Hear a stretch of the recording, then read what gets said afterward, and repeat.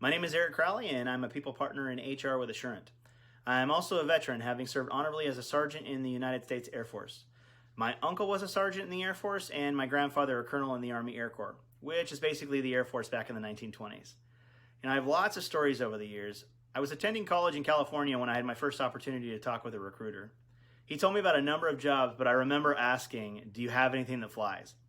He said that he had this job, like a flying mathematician, where I would get to drop soldiers and cargo loads by parachute out the back of planes, and that sounded amazing. So I said, sign me up. I also remember basic training being like this scene out of Mortal Kombat, where the doors open and smoke and fog billowed out with the drill instructors, and straight away they just start laying into you and tearing you down. All, of course, with the intent of building you back up. But I remember as my hair's being shaved off thinking, what did I get myself into? But you continue on and you train and you learn to fight for the needs of others.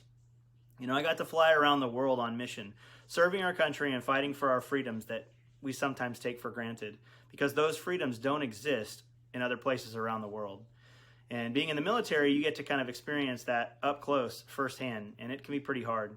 But I was blessed with a good job. I got to work with Army Rangers, Navy SEALs, Delta Force, which are the dudes that don't exist, Secret Service, and even got to meet some presidents. I would say my most memorable moments, though, were in 9/11.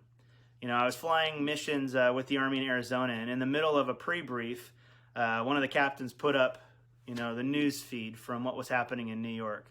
And it was unreal. And while all of us just kind of watched in shock and awe, over the course of the next few days, we were deployed to New York to help clean up.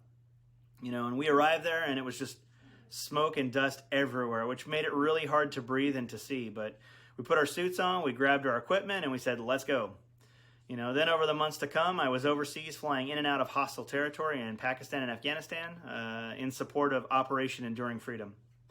Those are things that you don't forget. But at the end of the day, you do what needs to be done in spite of yourself to serve others and those around you. Veterans Day is definitely that for me. It's a reminder of those that came before me, the honor of serving with men and women willing to selflessly fight for our country, and those that will come after us all. Words like hope, honor, courage, freedom, they take on a different meaning that no one else will really understand unless they've served themselves. And we're a family with unbreakable bonds. I would say that the experience definitely prepared me for my role at Assurant, being able to showcase things like service, support, guidance for those that I've had the privilege of leading over the last 9 years. But I truly appreciate Assurant taking the time to recognize those of us who have served. We would all tell you that we don't need the recognition because that's not why we served or are serving. But it's nice to know that our service and efforts are appreciated. So thanks a lot.